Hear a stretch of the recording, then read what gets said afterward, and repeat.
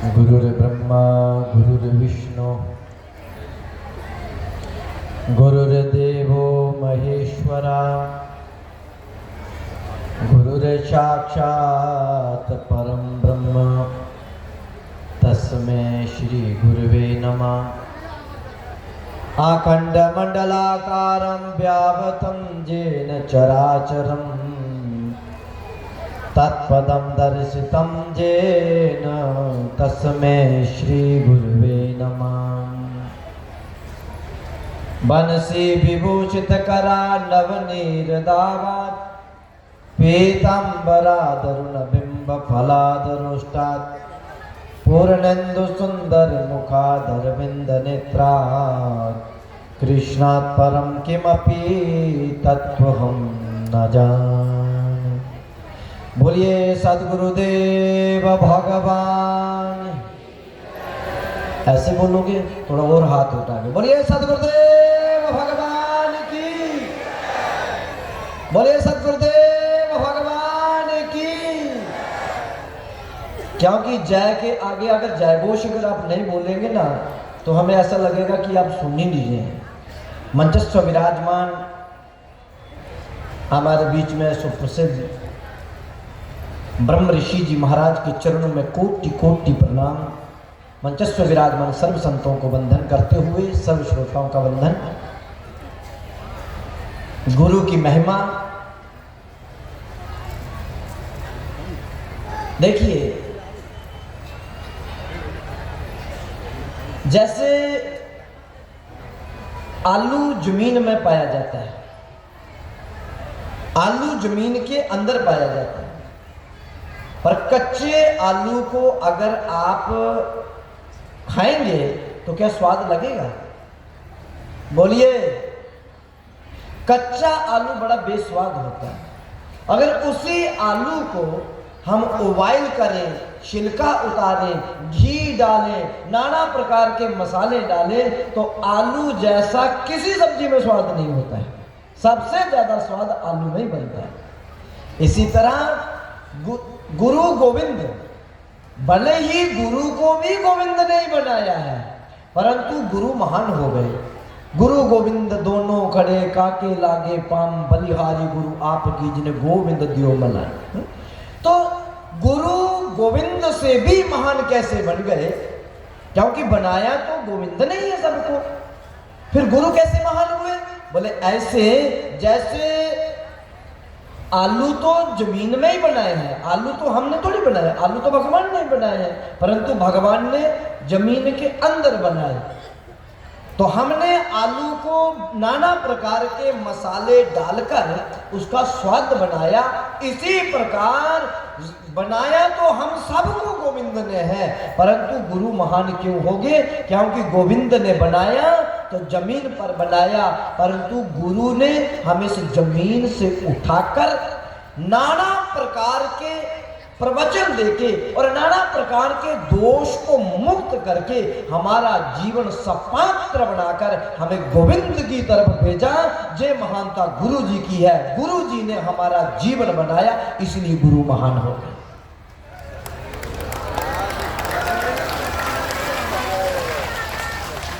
बनाया तो भले ही गोविंद ने है, परंतु हमारे जीवन गोविंद ने बनाया, परंतु जीने का तरीका हमारा गुरु जी ने बनाया। इसलिए जीवन मिल जाना कोई बड़ी बात नहीं है, जीवन मिल जाना कोई बड़ी बात नहीं है, परंतु जीने का तरीका आ जाए तो ये बहुत बड़ी बात होती है। इसलिए गुरुजी हमारे जीने का तरीका बना देते हैं, हमें सपात्र बना के गोविंद की ओर छोड़ दे। जाओ गोविंद की ओर, ये गुरु की महिमा। इसीलिए गुरु जगत में सबसे महान हो गए, बिना गुरु के तो पार कोई जा ही नहीं सकता। एक बार एक गुरु चेला परिक्रमा कर रहे थे, झाड़ झोंपड़ियों के बीच में गुरु जी की जटा फंस गई। जटा फंस गई तो चेला बोला, बोले गुरुदेव हम जटा सुलझाए? बोले ना बेटा, जो उलझाए सो सुलझाए, जो उलझाए सो सुलझाए। हम जिसकी परिक्रमा कर रहे थे उसी ने उलझा दिया, तो हम क्यों सुलझाए? वहीं पर बैठ गए। कितने आते जाते भक्तों ने भी कहा गुरुदेव आपकी जटा उलझ गई है, सुलझाए? बोले ना बेटा, जो उलझाए सो सुलझाए। मजबूर कर दिया भगवान को आने के लिए। दूसरे दिन भगवान आए, भगवान ने आकर प्रणाम किया, बोले संत भगवान धन्य हैं आप, आपने मजबूर कर दिया मुझे आने पर, इतना हट। बोले आप कौन है? बोले हम तो कृष्ण हैं। बोले कृष्ण? बोले हाँ। कौन? बोले वासुदेव नंदन। बोले वाह प्रणाम। कैसे आना हुआ? बोले महाराज गुरुदेव आपकी जटा उलझ गई है, सुलझाए? बोले ना, जो उलझाए सो सुलझाए। बोले हम वही तो हैं, हम वही तो। बोले कौन? बोले वासुदेव नंदन। बोले हम परिक्रमा वासुदेव नंदन की कर ही नहीं रहे, तो हम वासुदेव नंदन की परिक्रमा नहीं कर रहे हैं, हम तो अपने नंद नंदन की परिक्रमा कर रहे हैं। जब नंद नंदन आएगा वो हमारी जटा उलझी हुई को सुलझाएगा।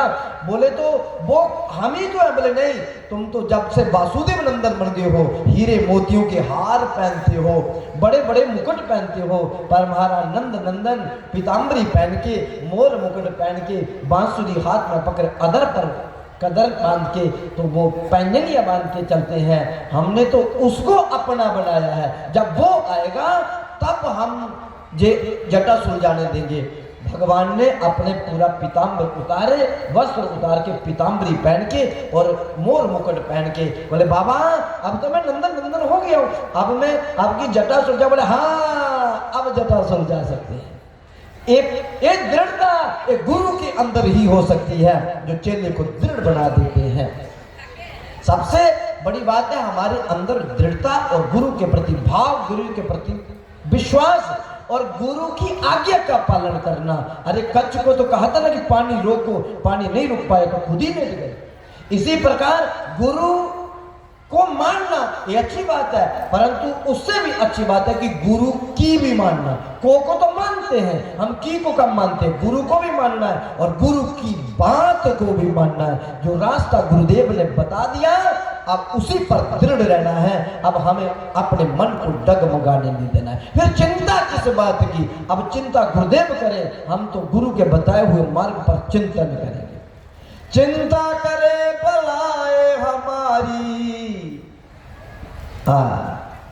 चिंता करे भलाए हमारी, जगमाया संसार की।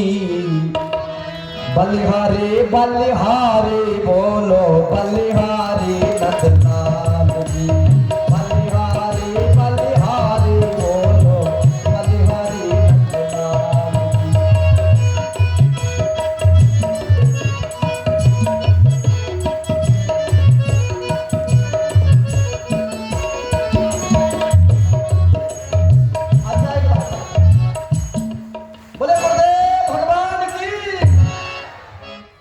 नहीं आ रही थी। जब हम कीर्तन कर रहे थे तो बोलना चाहिए।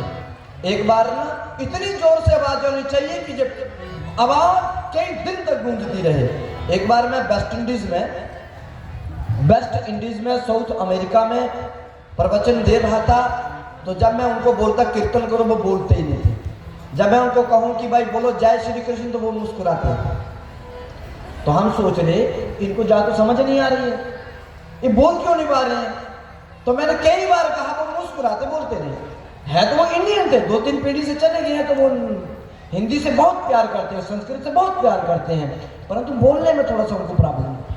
तो मैंने कहा अगर अब की बार आप नहीं बोले तो हम कथा बंद कर देंगे, क्योंकि आपको समझ ही नहीं आ रही। तो मैंने कहा जय घोष करना पड़ेगा। मैंने कहा बोलो जय श्री कृष्ण। तो उन्हें तो बोलना थोड़ा अलग लग रहा, तो उन्होंने क्या किया, बोले महाराज जी सेम टू यू। मैंने कहा जे भी चलेगा, कुछ बोलो पर बोलो तो सही। इसलिए कीर्तन की आवाज आनी चाहिए। चिंता करे भलाए हमारी, ऊपर हाथ, चिंता करे भलाए हमारी। हमारी चिंता गुरुदेव करे, आप चिंतन करना। चिंता करे भलाए हमारी, जगमाया संसार की। बलिहारे बलिहारे बोलो, बलिहारी नंदलाल। बलिहारे बलिहारे बोलो, बलिहारी नंदलाल।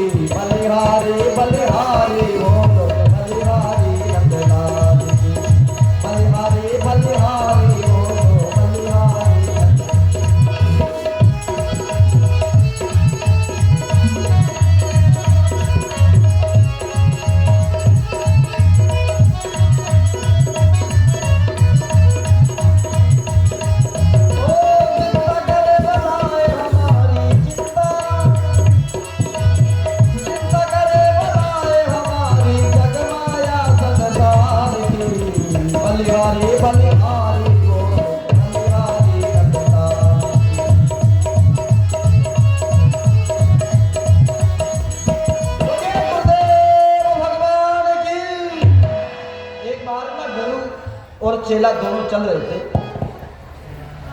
चेला ने कहा, बोले गुरुदेव भगवान कहाँ कहाँ पाए जाते हैं? बोले बेटा भगवान तो सब जगह ही पाए जाते हैं।